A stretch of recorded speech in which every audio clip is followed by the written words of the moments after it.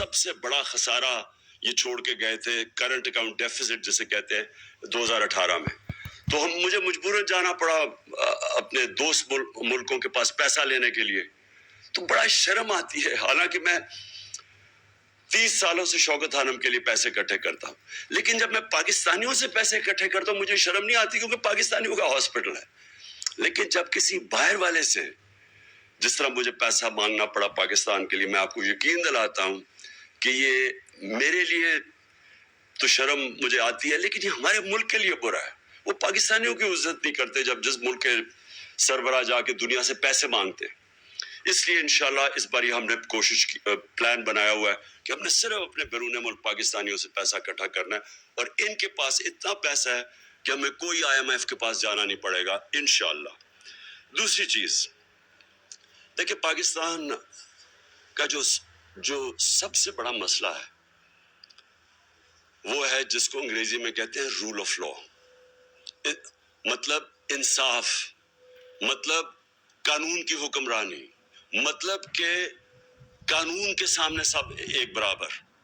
اصل میں جو ہمارے نبی صلی اللہ علیہ وسلم کی جو ایک حدیث ہے وہ سب کچھ کہہ جاتی ہے کہ تمہارے سے پہلے بڑی قومیں تباہ ہوئی، جو طاقتور ڈاکو چوری کرتا تھا اس کو نہیں پکڑتی تھی اور کمزور کو جیل میں ڈال دیتی تھی، اور یا میری بیٹی بھی اگر چوری کرے گی تو اس کو سزا ملے گی. یعنی کوئی قانون سے اوپر نہیں ہے.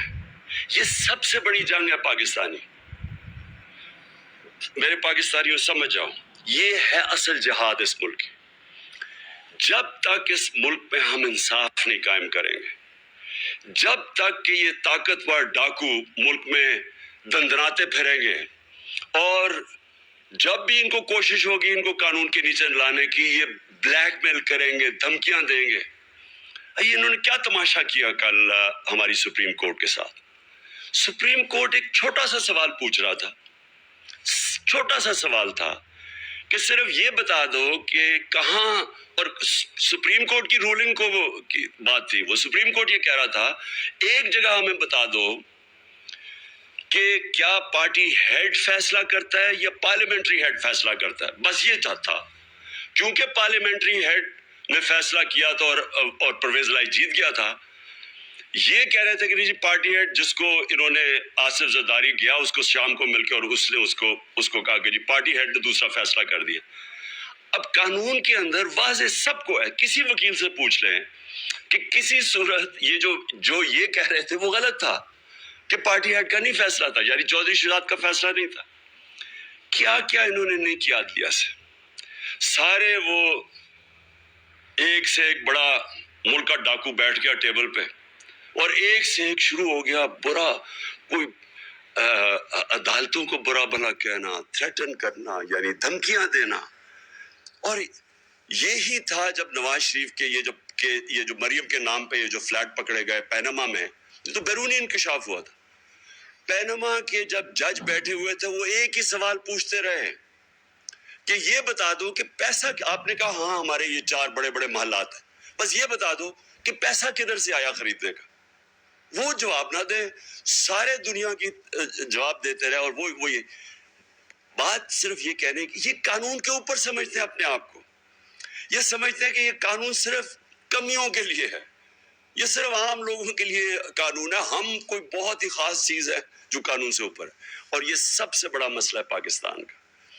جب تک ہم ان بڑے بڑے مافیاز کو، یہ جو بڑے بڑے کارٹیلز بیٹھے ہوئے ہیں، مونوپولیز بیٹھی ہوئی ہیں، یہ جو مل کے قیمتیں اوپر بٹھا، جس طرح شوگر مافیا بیٹھ کے اوپر چینی کی قیمت کر دیتا ہے، عوام کو پستا ہے، جب تک ہم ان لوگوں کو قانون کے نیچے نہیں لے کے آئیں گے پاکستان ترقی نہیں کر سکتا.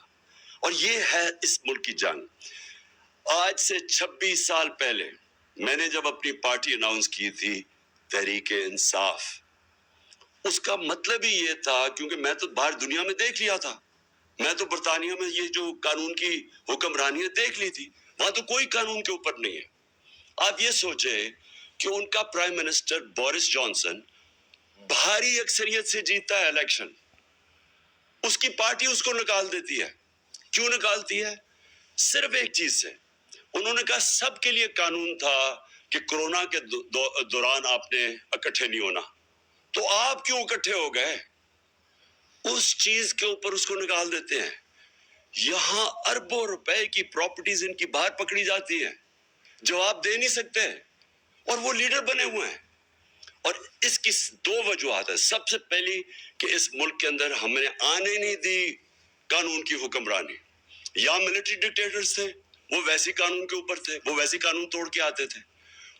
پچھلے 62 سال میں آدھا وقت ملٹری ڈکٹیٹرز رہے ہیں اور آدھا وقت یہ دو خاندان رہے ہیں.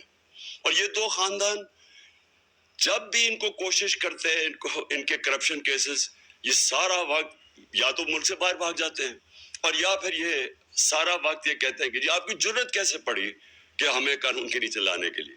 اور جب تک یہ نہیں ہوگا میرے پاکستانیوں، جب تک ہم اپنے ملک میں انصاف قائم نہیں کر سکیں گے، جس ملک میں صرف غریب لوگ جیلوں میں جائیں اور طاقتور ڈاکو ایوانوں میں پھرے پرائم منسٹر بن جائے، اتنے بڑے کیسز ہوں، جب تک ہم یہ نہیں کر سکیں گے، یہ ہے اصل جہاد اس ملک کی. تو میری کوئی کسی سے دشمنی نہیں ہے. مجھے یہ بڑا عجیب لگتا ہے کہ کہتے ہیں جی، مجھے کئی صحافی بھی کہتے ہیں عمران صاحب آپ ان سے کیوں نہیں بات چیت کرتے؟ آپ بات ہی نہیں کرتے. بات چیت سب سے کرتا ہے پولیٹیشین. طالبان ہیں جو ٹی ٹی پی ہے، ان سے بھی بات کرنے کے لیے ہم تیار ہیں.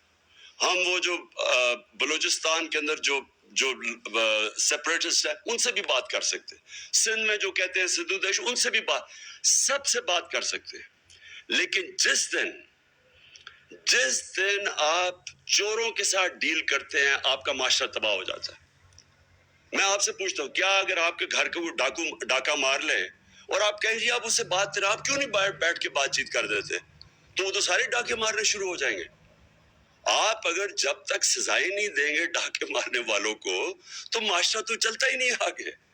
یہ ذہنوں میں ڈال لیں کہ بات چیت میری کوئی ذاتی دشمنی نہیں ہے، لیکن اگر ہم نے ملک کو بچانا ہے، اور کوئی ملک آج مجھے بتا دے، سوئٹزرلینڈ جو ملک خوشحال ہے، سارے خوشحال ملکوں کے اندر ایک چیز ہے، کوئی قانون سے اوپر کوئی انسان نہیں.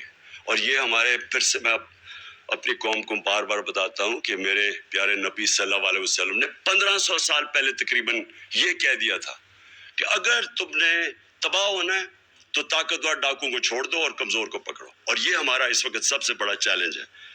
اس کے بعد جو اللہ کا حکم ہے امر بالمعروف. دیکھیں، میں نے اپنا ٹائم کتنے 20-25 سال گزارے ہیں برطانیہ کے اندر. اتنا بڑا فرق ہے ان کے اور ہمارے معاشرے میں.